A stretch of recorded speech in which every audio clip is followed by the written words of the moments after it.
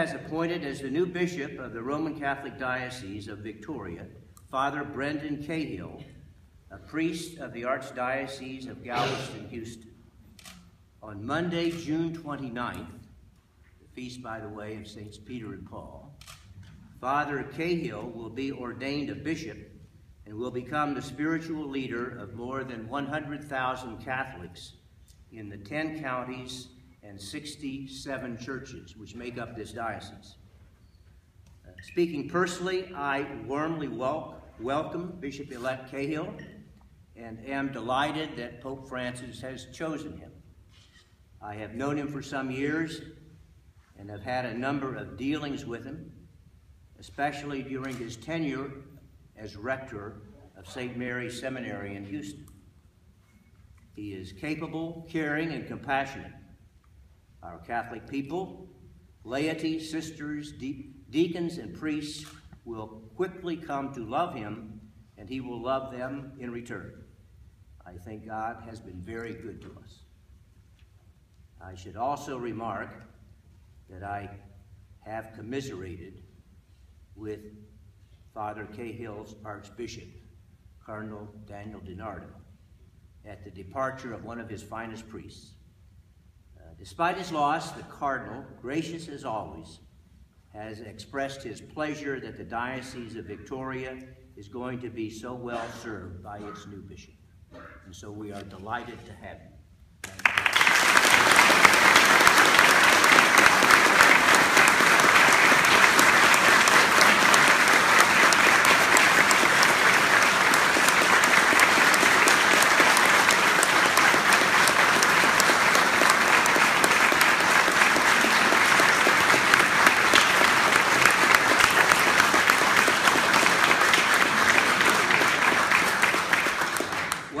Just a brief curriculum vitae for Bishop-elect Cahill. He was ordained a priest for the Archdiocese of Galveston, Houston. Then it was then the Diocese of Galveston, Houston. In 1990, his first assignments were as parochial vicar in 2 parishes. This is the best. If I'm wrong, you can correct me. You did graduate studies at the Gregorian University in Rome, and you received a doctorate in dogmatic theology. He was on the formation faculty at St. Mary's Seminary in Houston from 1998 to 2001, I think. From 2001 to 2010, he was rector of St. Mary's Seminary. Well, a former rector who later became a bishop, told me once that compared to being rector, bishop was a piece of cake.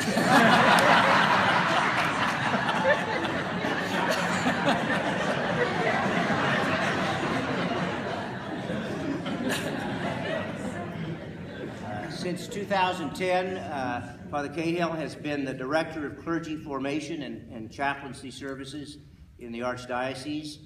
And I think you are also the administrator pro tem of St. Joseph Church in Houston. So, and now you've been snatched and brought to Victoria. God bless you, thank you. And now I'll let Father Cahill say what he has to say, and then we'll have questions. I think let me stand for my comments, and I have a prepared text, and also I want to say, see. Yo voy a presentar en inglés mi presentación, pero si hay algunas preguntas después, yo puedo responder en español. Y si también si quiere un resumen de mis palabras, yo quiero compartir con ustedes este anuncio. I worked hard on Spanish, so I said, I got to use it. I said,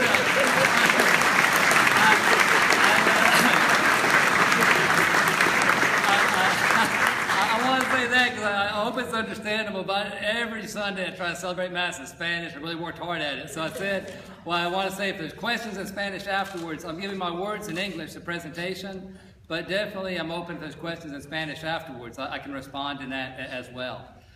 What I'd like to do with the prepared text, I said, as Bishop Feldhauer has announced, our Holy Father Pope Francis has appointed me to be the 3rd bishop of the Diocese of Victoria.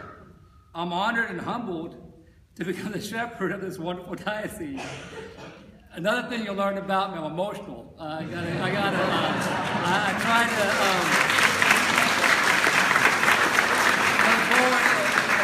poor young priest used to be able to kind of say it, but sometimes I just get emotional. My dad thought I'd make it a little farther on this, but I'm honored and humbled to become the shepherd of this wonderful diocese. And I look forward to the future, offering my life for the people of this diocese.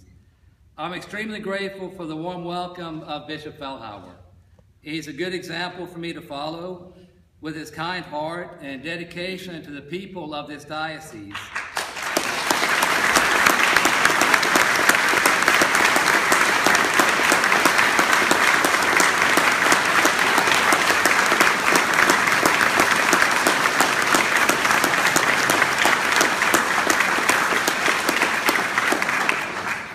I can tell by the tone of his voice whenever he speaks of the diocese, he loves you from the bottom of his heart. I promised to him today to give you this is my dad's not lose it, but I promised to him today to give you the best of me in service of Christ in our church. I'd like to take the opportunity to express my gratitude to my mom and dad and brothers and sisters. They live less than 2 hours away. I mean, they're happy. It's like it's close. It's like I said, and so you'll see them. Mom and Dad. I have 2 brothers, 2 sisters, and you'll see them too. I'd like to thank them for their love and encouragement over the years. The parish family of St. Cecilia in Houston. That's where we celebrated our faith. To all the priests and consecrated women who have served there over the past years, we owe a deep debt of gratitude. I'd especially want to recognize the Incarnate Word sisters taught me at St. Cecilia School, and the Basilian Fathers who taught me at St. Thomas High School.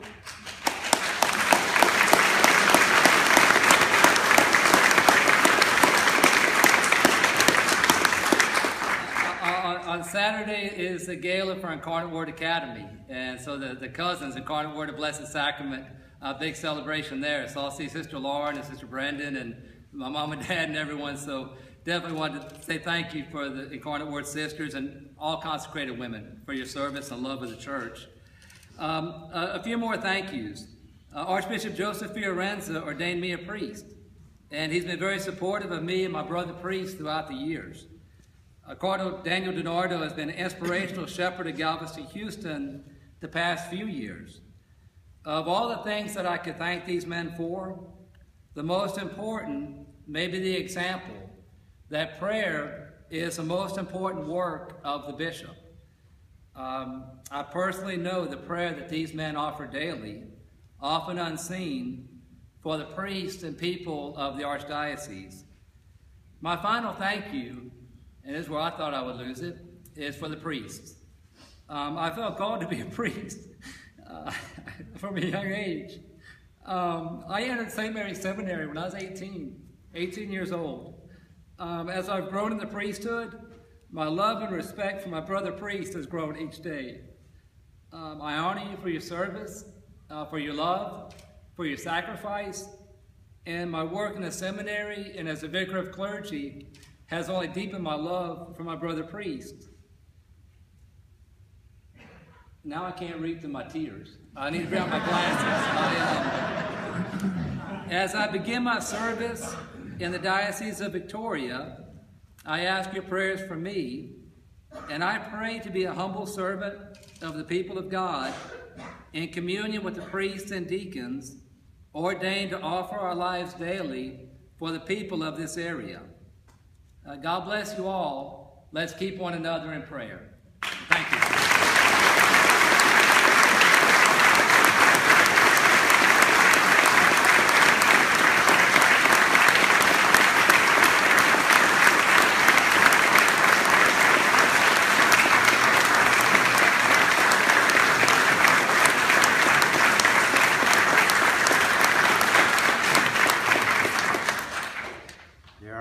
There are enough people here that somebody might have a question.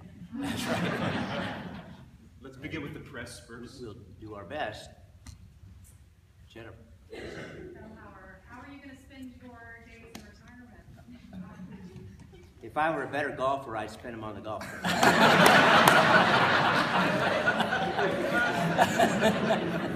Jennifer, I don't know everything. I don't know exactly in detail, but I intend to stay here in Victoria, and to be of service to the priests and the parishes insofar as I can. It's always a great need for a priest who can help out when another priest is on vacation or gets ill or whatever. A parish needs some help, and so I will look forward to doing that. So I guess my primary ministry will be sacramental as far as. And also, as you're making this transition of 50 years of service, what are you feeling? What's your emotional place right now? Well, I'm delighted that you.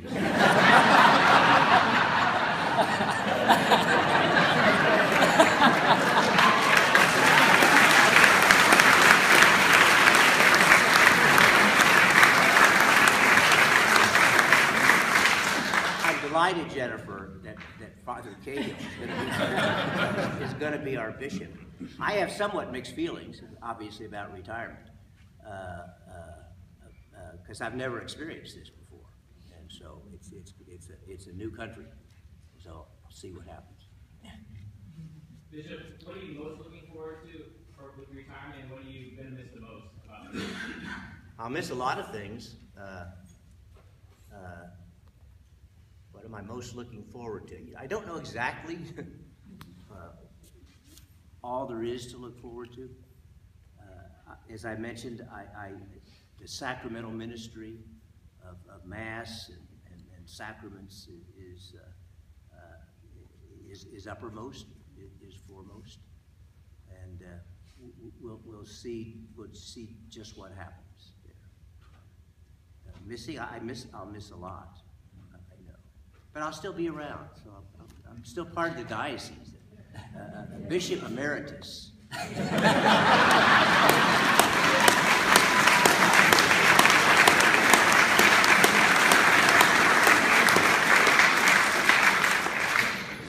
That's the technical term now, Bishop Emeritus. It sounds better to me than retired bishop. Bishop Emeritus sounds like you've done something.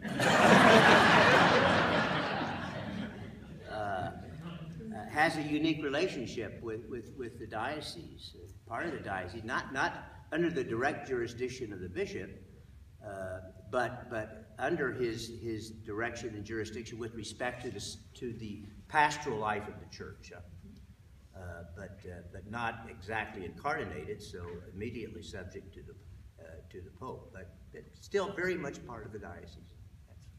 So I look forward to that.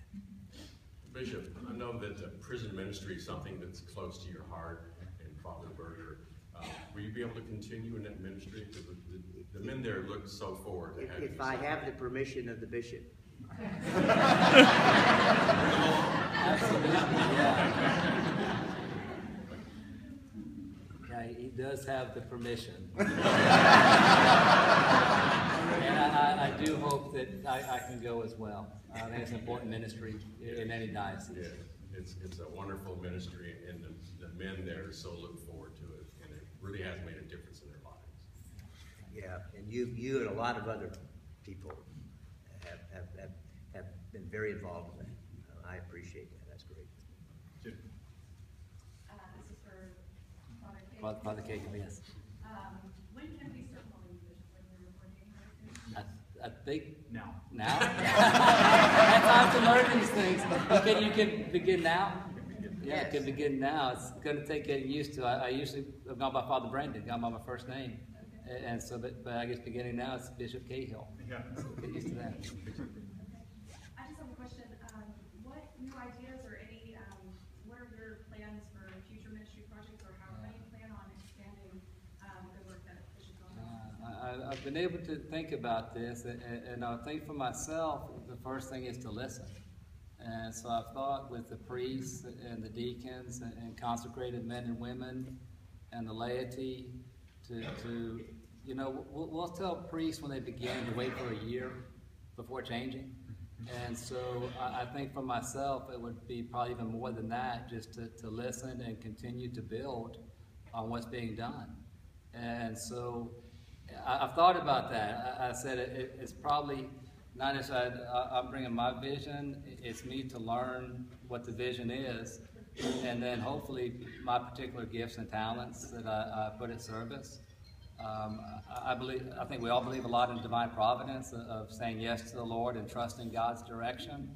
And so I think for myself, it would be a belief that God has called me here for this diocese and this people at this time, and that I have particular gifts and can use how God sees fit. But you can see why I said I had to listen. I give long answers. That's one of my on the personal that is I have to learn to listen instead of talk sometimes. But I say first, before even thinking about that, I think I need to listen to the people.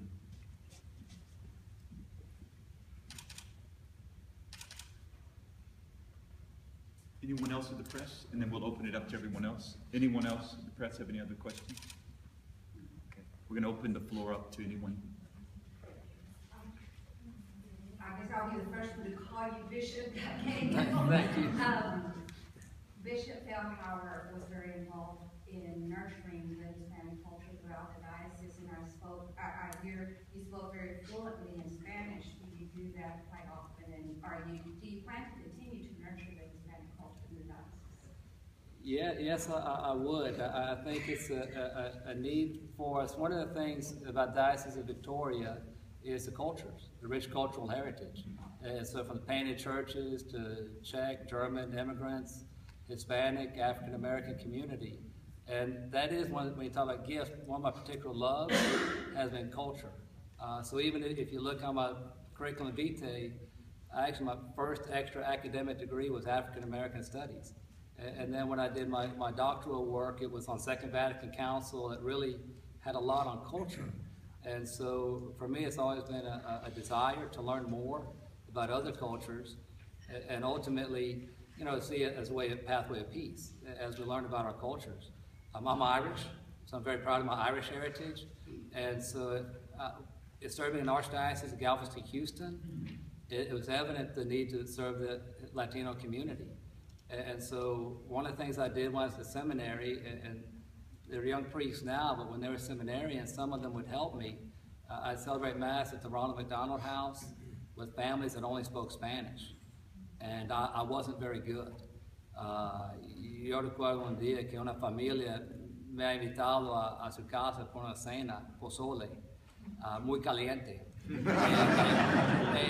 Y yo no podía decir que es tanto caliente. I didn't know enough Spanish to say it's too hot. And so I'm sitting there sweating. But for me, that's what it took to learn Spanish, to be with people that I had to speak Spanish. And, also in the Archdiocese of Galveston, Houston, we have a Catholic worker house that's called Casa Juan Diego. And when I was at the seminary, and the seminarians would help out, we started organizing a Mass every Wednesday night in Spanish. And so myself and a few other priests, we take turns. And I remember when I started celebrating that Mass, I could barely preach in Spanish. But eventually it came. And so the last probably 7 or 8 years, I've done at least one Spanish Mass a week. And really, it says, I had to learn, I had to press myself. And so I just think it's very important for our South Texas church. And so I appreciate, I would like to obviously continue what's being built and allow that to flourish.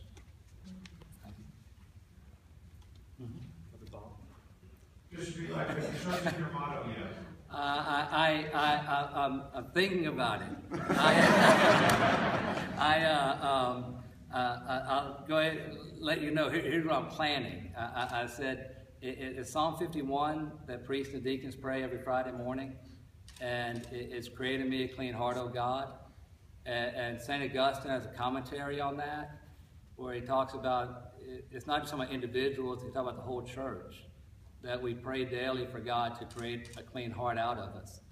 And so I think that's the motto I want to choose for myself and for us as a diocese, is somehow the purity of heart, and that and God is the one who does it. And so I'd like to do it in Latin, And so that's we're debating whether doing it Latin or not. But I like the cor, it's Cor Mundum Crea in Me Deus from the Vulgate. So that's what I'm thinking about. The question by English or Latin, and maybe that specific text. But I know for me, it's about the heart and offering your heart completely to God.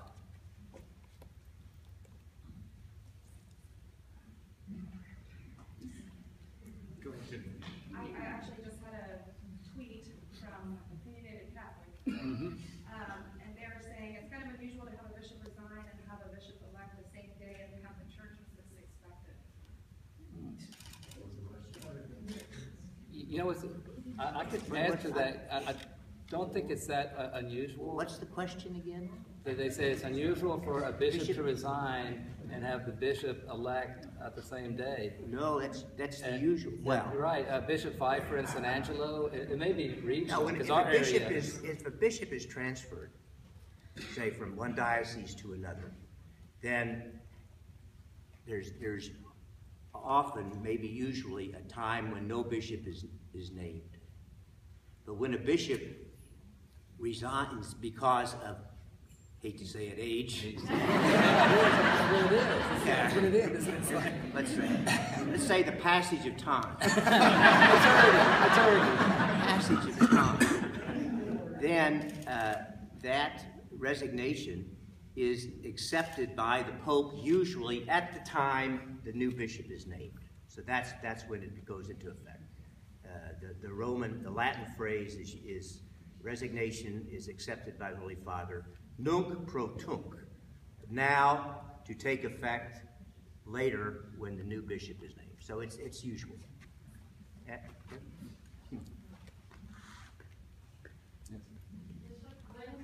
will you be living here in Victoria? And I guess you have until June 29th. And do you know where you'll be living? I don't know where I'll be living. I think it'll be maybe a few days before June 29th. You know, that's the one deal with Cardinal DiNardo. There's still things we're working on in my assignment that I still have. And so I think it'll probably be maybe a week or two before June 29th, but maybe it'll be earlier. I don't know. You know, I'll have to look around and actually, Bishop Fehlhauer was going to help me. I mean, it's kind of beautiful. It's one of the things that, as he mentioned, we've known each other for a while, and I feel really blessed with that relationship. And so that's probably one of the things we'll work on, is to help me find a place to live. Thank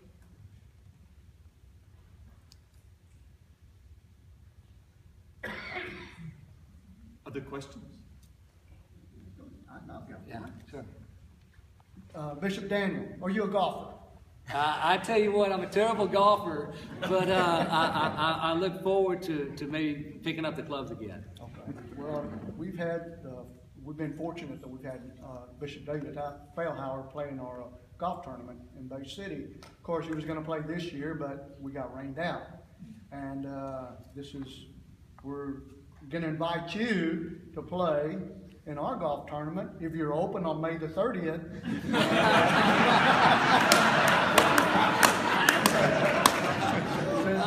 Bishop Dave Fehlhauer is busy that day, so if you're open, we would love to have you in Bay City, but you're going to have to look at your schedule. I'll have to check out the calendar. Hey, don't worry about the golf clubs, we'll have some golf clubs for you. Okay.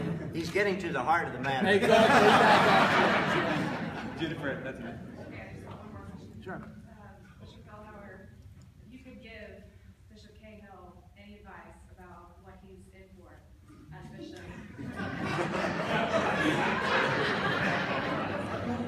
I told him that I would give him information. I would help him in any way with information. Advice, I'll let him ask for advice. Any guidance or words of wisdom about? I just say this is the Pope couldn't have put you in a better diocese. Thank you. That's.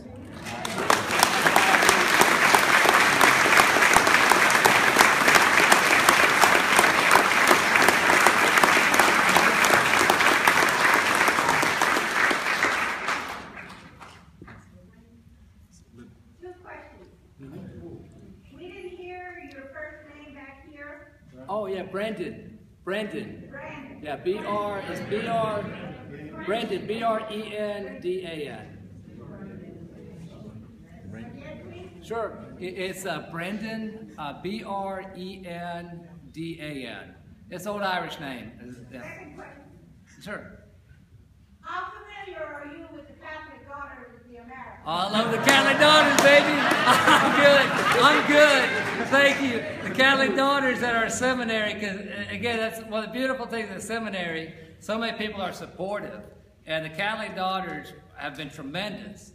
And actually, that's one of the events we have September 12th. They're honoring me in Houston, one of the courts, you know. And so I said, I think I can still, I have to get my new schedule and see. But I think I'll still go back. And I do, that gives me an opportunity to say something else I believe very strongly. The importance of organizations in the life of the church. That it helps us to realize our faith is a communal experience. And that's why for me and my family, it's very important growing up that we belong to a parish, but also organizations within the parish. And my family kind of makes fun of me. They call me a joiner because I join different groups. But, you know, Knights of Columbus and the Catholic Daughters we support. The Catholic Clerical Student Fund is a fund that helps our seminary tremendously. And so I would go around to different organizations and try to be present. So I would hope I want to continue that as well in the diocese here. Because I'm sure, well, I mentioned the KJZT, another organization, support our seminary tremendously. And so these organizations I always thought were very vital for the life of our faith. And another thing I think spiritually, we learn by community. That, you know, we learn by interactions with each other. And so I do know Catholic Daughters and want to support them, and other organizations as well. See, if I didn't ask that question, my bishop would think I was sick. All right, thank you.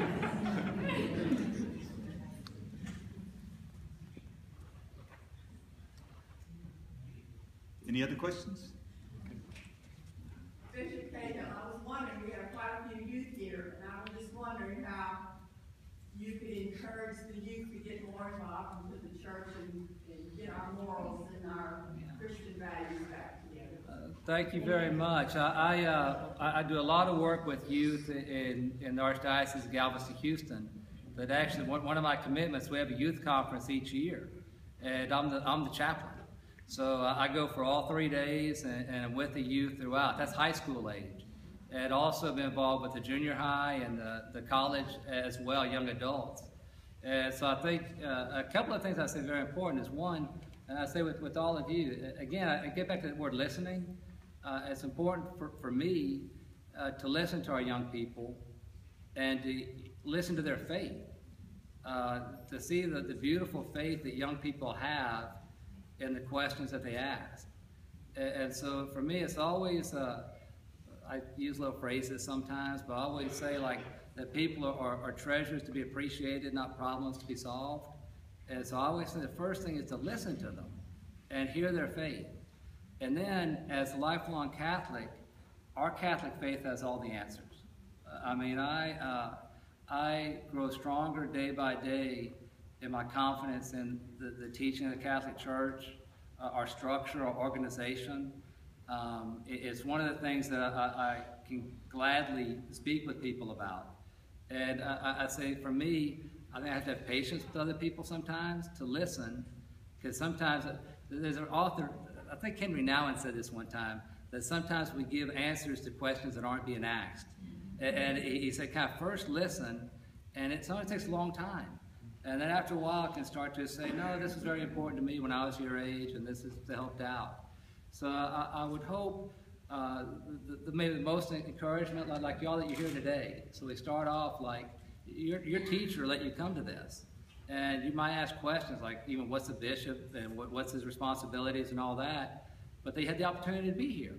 And that, you know, if there was some other time, I'm sure Bishop Fellhauer and myself could go talk with you, answer questions you might have, and to know that we and the priests and consecrated women and deacons of the diocese are open to listen, and that we're convinced, you know, the Catholic Church is the beauty of the human person.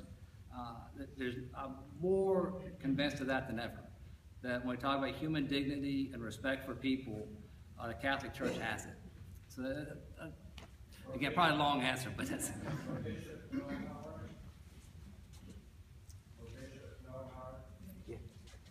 I know the time has come that we must continue our day. I would like to ask your blessing on all of us here assembled and all faithful in your flock before we depart. Is it time to depart? We'll hold it up. It's depending if you have any other questions, and the bishop has some final remarks, and then Frank will do the blessing. Any other questions?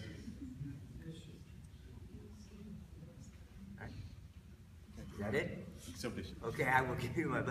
Once more, I thank all of you for being here. Wonderful turnout, and thank you. And we're all so pleased. Just a few just notes. delighted. What? Wanted me to say something. Oh yeah. Oh yeah. Just a few points is how the diocese will continue to be governed. At 6 a.m., when Pope Francis accepted Bishop Fehlhauer's letter of resignation, the Diocese of Victoria is vacant. Bishop-elect Cahill is here, but he will not be ordained and installed until June 29th. And so therefore he does not govern the diocese at this point. He's continuing to be prepared to do so. The governance of the diocese by the diocesan consultors, the 8 priests that are on that body. And on Monday morning at 10 a.m., the diocesan consultors will meet and they will elect an administrator, a diocesan administrator. And then that point from on, the apostolic nuncio will be informed of that election and the diocese will continue. Mr. Mike Brown continues as financial officer. I continue as chancellor according to canon law. Father Eulefeld continues as judicial vicar. So the governance, the work of the diocese will continue. And after that period of time, then the diocesan consultor on Monday will continue to do everything that's necessary for us without making any innovations, no major changes, until Bishop Cahill is installed as our bishop on June 29th. Thank you.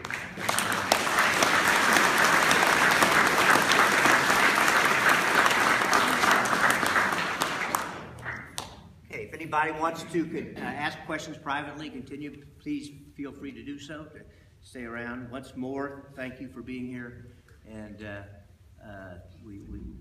say it again, we share our good fortune and a blessing. Benedictio Dei Omnipotentis, Patris et Filii et Spiritus Sancti, descendat super vos et maniat semper. Amen. God bless. God bless.